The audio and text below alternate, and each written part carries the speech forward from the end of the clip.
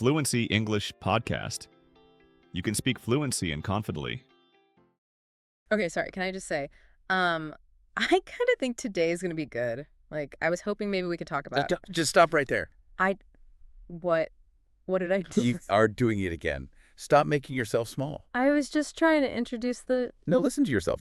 Sorry, kind of, maybe. Ah. You haven't even started the main topic yet, and you've already apologized for existing twice, and you qualified your own opinion 3 times. You are literally negotiating your own value down to 0 before our listeners have even heard the hook. Oh, All okay. right. When you put it like that, it sounds pretty bad. I didn't even realize I was doing it. It's automatic. It's not bad. It's human. It's a defense mechanism, really. But it is absolutely killing your authority. So, welcome to the deep dive, everyone. Apparently, I'm the one who needs this session the most, but I have a strong feeling I'm not alone in this. You certainly aren't. We're all learning here. But today is a special deep dive. We're looking at a huge stack of material from the English Leap Communication Analysis, and it's all focused on one single mission. And what's that? Taking you from sounding like an unsure intermediate learner to sounding like a confident, authoritative professional. I love that mission. I really do. Because I think a lot of us, we feel confident in our heads, we know our stuff, we have the technical skills, but when the words actually leave our mouths, they feel mushy. They just lack impact. Exactly. And that gap, the gap between what you know and how you sound, that's where career progression usually gets stuck. Mm-hmm. The source material we're unpacking today argues that small tweaks in your speech, these micro adjustments, they change how people perceive you entirely. It's not about changing who you are. It's not about becoming some arrogant jerk. It's about removing the clutter that hides your actual competence. So it's like cleaning a dirty window. The view is already there. It's great, but we just need to wipe away all the grime so people can actually see it. That is a perfect analogy. We are Windexing your communication style today. All right, I'm ready to scrub. So what's on the roadmap for this deep dive? Where are we starting? We have a lot to cover. First, we are going to tackle the filler word epidemic that I just caught you in. Yep, guilty. Then, we're going to learn the art of being concise. And we're going to debunk the myth that long sentences make you sound smart. Ooh, that's a big one. It is. We'll also look at the psychology of disclaimers and why you really need to stop apologizing for your ideas. And finally, we'll cover how to open and close a conversation like a CEO. Okay, I'm ready. No more ums. Let's do this. Let's start with the core problem then. The source material calls it the filler epidemic. So be honest with me and with yourself, listening at home. How often do you use words like, or? Honestly, all the time. It's like, see, I just did it again. It's a nervousnetic. I feel like if I stop talking, even for a split second, people will think I've forgotten what to say. Or they'll just stop listening. That is the common fear. It's a fear of the void. But let's look at the analysis from our source. They mentioned this fascinating scenario where they had professionals record themselves during a standard meeting. And when these people played the tape back, they were genuinely shocked. One person found the word like appeared 12 times in a single minute. Oh, I've been there. I listened to a voice note I sent a friend recently, and I sounded like a teenager. It was, really cool, and, we kind of went there. It's embarrassing. It makes you sound so unsure of your own ideas. It's distracting. It is more than distracting. It was destructive to your credibility. The source gives a great comparison to illustrate this. Listen to this weak version of a sentence. I kind of think this idea might work. What do you hear in that? I hear insecurity. I hear, please don't be mad at me if this is wrong. Yeah. Yeah, I hear someone who is terrified of being judged. Right. Now compare it to the strong version they provide in the text. I believe this idea will work. That's a totally different energy. It's the same basic information. The idea is good, but the second one demands to be taken seriously. It feels grounded. And here's the key insight. Relying on fillers signals to the listener that you haven't fully processed your thought yet. You are asking them to wait while you buffer. Buffering. That's exactly what it feels like a slow internet connection for my brain. But it's not just the standard fillers like and ah. The source material highlights a sneakier category. They call them side particles. Side particles? That sounds like something from quantum physics. It's linguistic clutter. These are words that feel smart, or maybe they feel like they add nuance, but actually they just dilute your point. The source specifically lists words like basically, technically, and actually. Oh, guilty. I use basically constantly. Basically, we need to finish the report. I think I do it to summarize things, But does it add any value? Compare. Basically, we need to finish the report to we need to finish the report. The second one is cleaner, it's sharper, there's no fat on it. Exactly. And let's talk about actually. That is a dangerous word. If you say, actually, the data says this, it often comes across as condescending. Yeah, it does. It sounds like a correction rather than a contribution. For sure. Actually is the start of every internet argument ever. It immediately puts people on the defensive. Exactly. The takeaway here is that these words clutter your speech. And the less cluttered your sentences are, the more authoritative you sound. Authority requires clarity. If you are burying your point under a mountain of ums, likes, and basic close-ins, you are forcing the listener to do the work of digging it out. And high-value people, they don't have time to dig. They don't. So what is the hack? What do we do? Because telling someone don't say is like telling someone don't blink or don't think of a pink elephant. As soon as you say it, it's all I can think about. It's so hard to stop a subconscious habit. You are right. You can't just delete a habit without replacing it with something else. The source suggests a very powerful, very simple tool, the power of the pause. The pause. Just silence. If you feel an or a like coming on, just stop. But that goes right back to my fear, the dead air, the void. Here is the psychological reframe you need to make. In our own heads, a second of silence feels like an hour. We panic. We think the connection dropped or something. Yes, totally. But to the listener, a short silence sounds thoughtful. It sounds like you are carefully selecting your next word. It creates anticipation. That's such a good reframe. A noise sounds weak. A silence sounds strong. Think about the most powerful speakers you know. Think about Barack Obama or Steve Jobs. They pause constantly. They are comfortable in the silence. If you replace with a breath, you sound composed. If you replace it with a noise, you sound flustered. Okay, I'm going to practice that. It's a new muscle. If I need to think, I'll just zip it for a second. It's going to feel awkward at first, isn't it? It will feel excruciatingly awkward for the first week, and then suddenly you will notice people are leaning in. They're listening to you more closely because silence commands attention. I love that. Okay, let's move to the next layer of this. It's not just about the noise we make. It's about the apologetic disclaimer. This is what you firmly corrected me on at the beginning of the show. I didn't yell. I guided you. Fair enough. But sorry, can I just say thing? Why is that so bad? I'm just trying to be polite. There is a difference between politeness and submission. The source material is very strict about this. You have to stop making yourself small. They list some classic examples of self-sabotage. Things like, this might sound silly, but. Oh, yeah. Or, you've probably already thought of this, but. That's a bad one. Or, my personal least favorite. This may be a dumb question, but. Oh, man, this might be the dumb question is my trademark. I say that because I don't want to look stupid if the answer is obvious. It's a shield. It is a shield that actually hurts you. Here is the psychology behind it, and this is what's fascinating. When you preface your idea with a disclaimer, you are telling the listener that your point isn't worth considering before you've even made it. Wow. You are literally instructing them to ignore you. Yeah. You are priming them to see your idea as silly or dumb. So I'm discrediting myself before I even open my mouth. I'm doing their job for them. You are lowering the value of your own stock. Imagine a salesperson walking up to your door and saying, this vacuum cleaner probably sucks and you probably don't want it, but do you want to look at it? I'd slam the door in their face. Exactly. So why do you do it with your ideas? The fix, according to our source, is to own it. Okay, so how do I swap that out? Let's say I'm in a meeting and I'm genuinely not 100% sure about my idea, because we can't always be, but I want to contribute. Instead of, I'm not sure if this is a good idea, but maybe we could try. What do I say? You say, I suggest we try. I suggest we try. Wow, that's bold. It feels bold. It is. And here is the nuance. If it turns out to be a bad idea, that's fine. You can discuss it. You are allowed to be wrong. But don't apologize for having the idea in the first place. You are at the table to contribute. So contribute. And what about my favorite, the dumb question disclaimer? Because sometimes I really do need to ask something basic. Instead of identifying it as a dumb question which insults your own intelligence, you simply say, can you clarify this for me? Can you clarify this for me? I like that. That puts the focus on the information, not on my supposed lack of knowledge. Correct. It sounds professional. It sounds like you are engaged and you want accuracy. It doesn't sound like you're begging for permission to learn. I love that distinction. It's so powerful. There's actually a confidence vocabulary swap list in the notes here. I want to run through a few more of these because I think these specific word choices act like triggers in the listener's brain. Let's do it. These are subtle changes that have a massive impact. First one, I think. I think. It feels safe, but weak. Is that what you're going to say? It is weak. I think implies, I'm guessing. It implies there is room for doubt. The authority swap is I believe.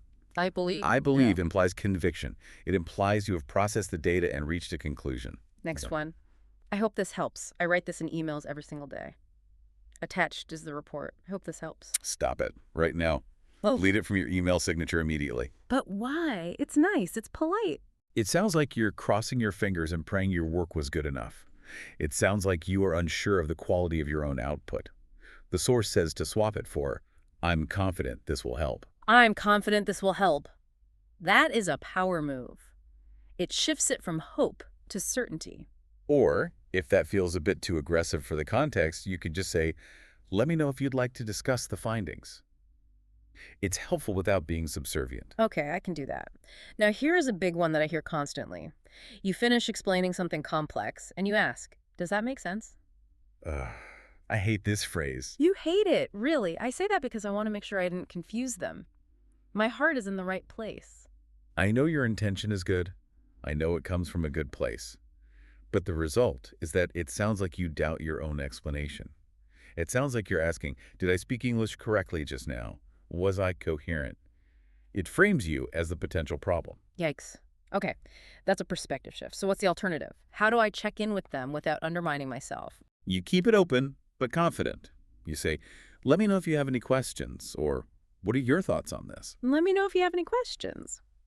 I like that. It assumes I make sense, but it invites them to dig deeper if they want to. Exactly. It creates a space for dialogue without undermining your initial statement.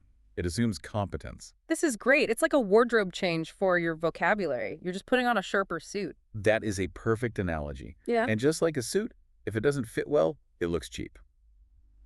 Which brings us to our next pillar, conciseness. Or, as you said, the fit. Right. The bottom line up front rule. Yes. Now, there is a pervasive myth that many learners, and honestly, even many native speakers believe. They think that using big, complex sentence structures makes them sound smarter or more corporate. Totally. If I use bigger words and longer sentences, I sound like a professor, right? Like I read the dictionary for fun. The source material says no. It actually does the opposite. Great speakers do not waste words. Complexity often masks insecurity. If you can't explain it simply, you don't understand it well enough yourself. So all those corporate buzzwords and those long, winding sentences are actually just fluff. They are fluff. They are padding. Let's look at some examples of corporate fluff versus concise authority. Okay, hit me. Here's a classic one from the notes. In the event that it rains, we will postpone. That sounds very official. In the event that, it sounds like it belongs in a legal contract. It's fluffy. It's 4 words doing the job of 1. The authority hack is simply, if it rains, we will postpone. If, just one word. Yes. In the event that sounds bureaucratic. If sounds decisive. Leaders value efficiency. Okay, I get it. Give me another one. For the purpose of improving our customer service. That takes forever to say. It should be to improve our customer service. Bingo. For the purpose of becomes 2. It's so much faster. And one more. Due to the fact that she was late. Because she was late. You see the pattern. Due to the fact that it's just a very heavy, clunky 5-word way of saying because. The rule is basically, wait, I shouldn't say basically. The rule is simplify. Correct. Directness equals confidence. If you can say it in 3 words, don't use 10. When you strip away the fluff, your message lands harder. It has more punch. It's funny because I always feel like if my email is too short, it looks like I didn't put enough effort into it. Like I was being lazy. But actually, it takes more effort to be concise. As the philosopher Blaise Pascal famously said, I made this letter longer than usual because I did not have time to make it shorter. Conciseness is a skill. It requires editing. It requires thought. And when you are concise, it shows you respect the listener's time. Respect. That is a huge part of authority. Which leads us perfectly into the next section, greetings and first impressions. Because respect starts the moment you walk into the room or, join the call. Yes. This is where the interaction begins. The source mentions a scenario where someone walks into a formal meeting and says, hey, what's up? Yeah, I saw that. And I have to admit, I've done that. I try to be the cool, casual guy. I want to be approachable. And there's a time and place for cool and casual. A boardroom presentation or a first meeting with a client is not it. Hey guys, or what's up? Signals that you are taking this lightly, that this isn't serious business. So we're going back to basics. It feels a bit stiff. It's not stiff, it's professional. The fix here is simple. Professional settings require professional tones to set the stage. Good morning. Good afternoon. Hello. How are you today? This sounds boring. It sounds consistent. It signals, I am here to work. I am a professional. Yeah.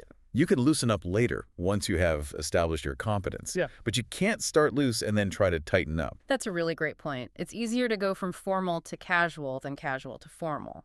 And what about names? I always struggle with this. Do I call him Mr. Johnson or just Bob? The source has a name rule for this. Use titles, Mr. Smith, Mrs. Jones, unless you're told otherwise. Really?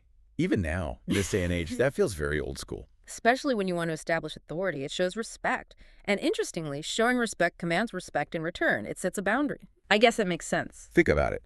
If you start with Mr. Smith and he says, please call me John, you have just established a rapport. You have been given permission.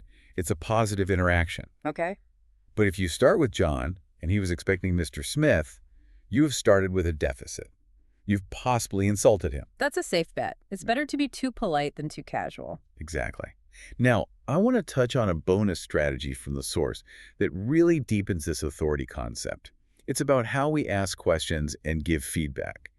This is usually where the imposter syndrome really kicks in for people. Oh, this is crucial. Because asking questions can sometimes make you feel so vulnerable, like you're admitting, I don't understand, please help me. Right. And saying, I don't get it, or can you explain that again, can make you sound lost. It positions you as the confused student in the room. So how do we ask for help without sounding lost? How do we ask smart questions? You structure the question. Instead of, I don't get it, you try something like, excuse me, may I ask? Or, I was wondering if you could clarify. Or, my favorite. Could you elaborate on that? Could you elaborate on that? It's my favorite too. It doesn't say I didn't understand you. It says, your point was so interesting, I want more detail. Exactly. It frames the gap in knowledge as a desire for depth, not a failure of comprehension. It shows you are actively listening and engaging with material. And what about the flip side?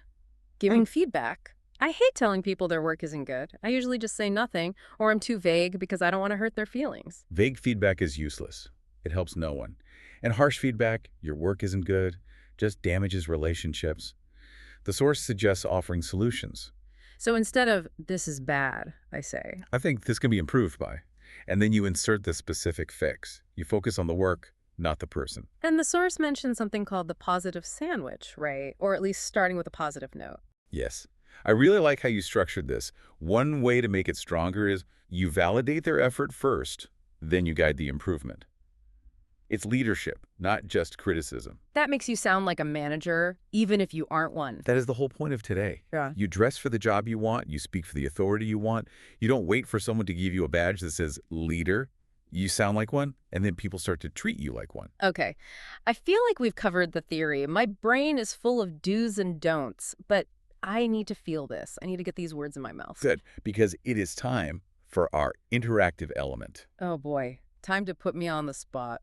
I am going to read a weak phrase, something typical that you or our listeners might say, and I want you and everyone listening right now to transform it into the strong version based on what we just learned. Okay. I'm ready. And listeners, you do this with me. Say it out loud wherever you are. Unless you're on a crowded bus, then maybe just whisper it. No, say it loud on the bus. Be authoritative. Yeah. Okay, let's go. Phrase number 1. The weak version is, maybe we could try this approach. Okay. Getting rid of the maybe. Getting rid of the question mark. It needs to be a directive. The strong version is, let's move forward with this approach. Excellent. Let's move forward. Decisive. Action-oriented. Ready for number 2. Hit me. Weak. I was given an opportunity. Ooh, that's passive voice. I was given. That sounds like I was just sitting there and it landed in my lap. No. Strong. I seized the opportunity. Yes, I seized it. Active versus passive. That is a huge authority signal. Passive language sounds like life happens to you. Active language sounds like you make things happen. I love that. Okay, last one. Right, weak. I'm sorry to bother you, but do you have a minute? Stop apologizing. Stop feeling like a burden. Strong, excuse me, do you have a minute? Or even better, do you have a moment to discuss the project? Perfect. Do you hear the difference? The sorry puts you in a debt position. You are starting the conversation owing them something. The direct request puts you on equal footing. It feels different, too. Just saying it out loud. I seize the opportunity. You feel a little taller. Language shapes your mindset. If you speak with authority, you start to feel it. It is a feedback loop. So we've covered the fillers, the greetings, the conciseness, and the questions. But there is one last trap, isn't there? The exit. How do we get out of the conversation? I'm terrible at saying goodbye. I usually just say, okay, bye, and sort of run away. The Irish exit of conversation. We can do better. The source gives us a specific closing hack. How do we stick the landing? Don't just say, okay, bye. It feels rushed and can even seem rude, as if you're desperate to escape. You need to acknowledge the value of the interaction. Say something like, thank you for your time and valuable insights. Thank you for your valuable insights. That makes the other person feel good, too. It validates them. Exactly. A good leader uplifts others. And then, if there are next steps, you define them. Don't leave it hanging. Say, I'll send you an update by Friday. Not, I'll try to get back to you. Never try. I will. Or even stronger. Expect an update by Friday. Expect an update. I like that. It holds me accountable, too. Precisely. Okay, this has been incredible. My head is spinning, but in a good way. Let's recap the big three from today. What are the main takeaways for someone listening who wants to change their speech tomorrow? Number 1. Silence is greater than fillers. Embrace the pause. Don't fear the void. Got it. Number 2. No disclaimers. Never start a sentence with, this might be silly. Own your ideas. Right. And number 3, be concise. Use if, not in the event that. Respect the time of your listener. Short, punchy, powerful. I love it. And I have a challenge for our listeners. I want you to be honest with yourself today. Do you say sorry, or does that make sense too much? Catch yourself. Just notice it. Awareness is the first step. I'm going to be counting my sorries all day. It's going to be painful but necessary. It will be, but that is how you grow. Well, sorry that we have to... I did it again. You did, but you cut it immediately. That is progress. I did. Okay, let me try that again. Thank you all for listening to this deep dive. We appreciate your time and your insights. And we are confident these tips will help you take that next leap. See you next time.